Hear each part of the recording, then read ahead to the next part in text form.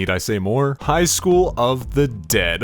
Oh, buddy, what am I doing, dude? A show that is literally known and designed to be one of the most absurd and ridiculous pieces of media to grace the planet, High School of the Dead, or Hot D for short, has spared no effort ever since its inception in being a corny, awesome, overly revealing thirst trap that primarily catered to stupid dick-brained teenagers born in the late 90s and early 2000s who were still laughing their asses off from spelling boobs on a school calculator. Additionally reminiscent of the 2000s, zombie films, TV shows, and video games hit their absolute peak, and anything from George Romero homages, Call of Duty mystery game modes, and cosplays rode a wave of corpse-filled popularity like no other at the time. So when a couple of dudes in Japan saw this and went, huh, I can do something with this, anime joined the train of post-apocalyptic virus town. I know what you're thinking or may have thought at the time. Surely, this is just another zombie show with some neat anime shenanigans, then it's gonna have some weird Dom Toretto thing going on about family, right?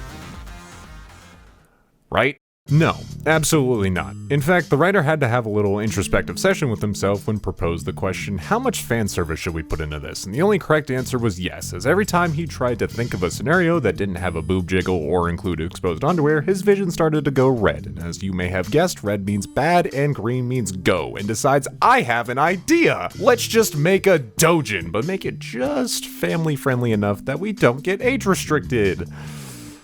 God, I hope this doesn't get age restricted. High School of the Dead is a post-apocalyptic action series releasing in summer of 2010 and tells, wait, holy shit, that was a long time ago, and tells this story primarily through the eyes of Takashi Komuro, a fairly typical dude just trying to live his life, or at least was, until he got dumped by his childhood crush, Rei Miyamoto. This chick right here. No, not that one, this one, there you go. So sad, sulking little boy Takashi needs to contemplate life for a hot second when he sees some sussy shenanigans going down at the front gate, i.e. teacher getting bit in the arm, then falling over and dying like 0.5 seconds after getting bit, which honestly, if that's all it takes to unalive a man, just take the L. Just go ahead, just take it. Teacher wakes back up, other teachers like, oh my god, you're okay, guys, we're okay. The fuck you are. Anyway, seeing this shindig go down and understanding he should probably go clock out and take the day off, Takashi goes off to fetch Rei and his best friend with the tragic information that the world's in a crisis because IKEA decided to stop selling furniture and everyone's resorting to mass genocide. To which she has to do the classic shilly written female character thing and be like, Wah, I don't understand what you're saying. Can you spend 2 hours oh my god, spelling shut it the out for- fuck up. Hey, no, don't look at me like that. You know what you did. Thank God her character gets better later. Anyway, the rest of the school finally figures out what's going on because some other kid gets Alt F4'd live on stream. All the other students lose their shit. One of them literally gets bit and as a result gets drop kicked down a staircase by her own best friend. It is an absolute shit show. Then you find Takashi and gang being like, it'll be safer on the roof, cause the zombies are about as dumb as the people they bit, but bro's gotta wait for his best friend to get bit cause he wants his girl back, then batches the thing's head in. Oh, and by the way, I should also mention that the zombies are referred to throughout the entire show as them for some reason. Like, the writer thought he'd get canceled or copyright striked for using the actual words, so why not use an obligatory original menacing name like them? Just roll it with it. It's fine. It's totally fine. The three of them get to the roof finally after like 4 hours in verse. Hisashi, or best friend, succumbs to the bite he received earlier after voicing his lifelong dream of jumping off a 3-story building head first, and knowing that he's gonna come back as a not-so-friendly Spider-Man, Takashi kinda just goes, oh, he's dead now. Well, and thus concludes the intro episode. Cue the fire rock music, which I should also mention, each episode has a unique ending song and end credits, so that's pretty neat. Next episode, which I'm not going to go into too much detail because fuck you, I'm not a spoil channel, we finally get introduced to the rest of the gang, featuring Gun Otaku Kota Hiro, Obnoxious Genius Saya Takagi, Modern Swordswoman Psycho Buzujima, who is easily the coolest character in the show, no contest, GG no Ri, and Bing Bong, fuck, what's her name again? Oh, Shizuka Marikawa, aka the absurdly hot school nurse who I'm convinced made it into the main cast purely for eye candy purposes. I mean, seriously, she's got like sound effects and everything, it's wild. And that's pretty much it. Just a bunch of random high schoolers that are trying to survive a zombie apocalypse with the power of God and anime titties. I'm not gonna lie, looking at the show from a purely objective writing standpoint, it's pretty bad. And honestly, that's okay. Does it still deserve number 74 in popularity 14 years later? Yes.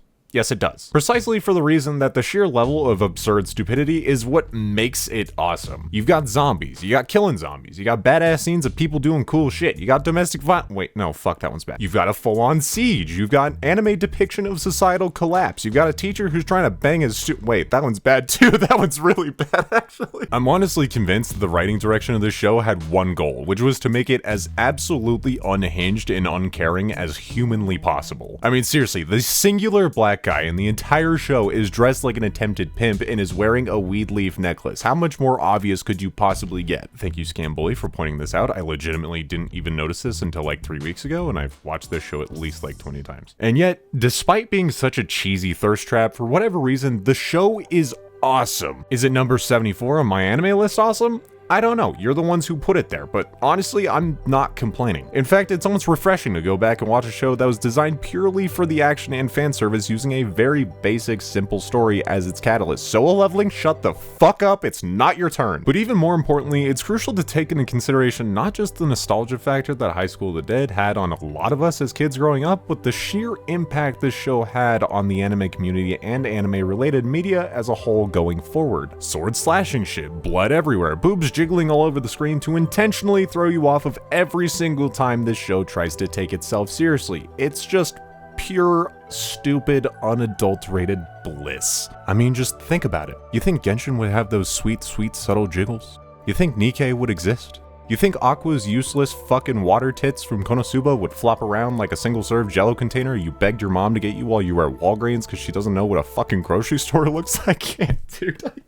There's no shot in hell it would, because while there were shows airing around the same time, like Sword Art Online, that started throwing morals out the window in search of an effective plot device with some level of shock value, not a lot of them were depicted in animation just yet. And while I don't necessarily disagree with the idea of using acts such as slavery, genocide, and assault as an effective plot device to further the depth of a story or a specific character, something that I've yet to see done effectively in a way that it didn't feel out of place, this was still a time where an extraordinary amount of not safe for work imagery hadn't yet entered the mainstream space, as it was still taboo enough that it was too much of a risk to take. Sure, you could argue that High School of the Dead's accomplishments ultimately merged with fantasy bullshit and spawned absolute trash cans like Redo of Healer, but arguably the effect it had, combined with the major success of isekai anime, had an effect on creating well-written, highly invested series like Mushoku Tensei. And if you're like me, you wouldn't want it any other way if it meant we could watch said well-crafted pieces of media today. Which begs the question, when looking past the tremendous amount of fan service, stupidity, and outrageously mind-numbing background characters that have less brain cells than a heroin addict slipping into withdrawals, what's left?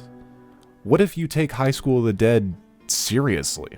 Well, that's pretty simple. You're left with a world where everything and everyone is either dead or desperate. A desperate desire for survival, right in the midst of trying to not lose hope at the end of the world. People stealing, corrupting, kidnapping, and killing the very same people that they might have previously liked to have a casual conversation with. Police officers killing the very people they were supposed to protect in a desperate struggle to maintain order. Government and societal collapse, protectors becoming hunters, prey becoming predator, protecting a child becoming suicidal. All as trust becomes a myth lost to a now burned and forgotten history. All in desperation to simply survive in this fucked up world. And at the center of it all is one ordinary high school student. One high school student who had to learn to kill so he could live. One who had to murder one companion to keep another alive. One who found himself at the top of the world as the world ended before his very eyes. One who found himself embracing the love of his life for the very first time as he recalls how he was up late the night before the world came crashing down.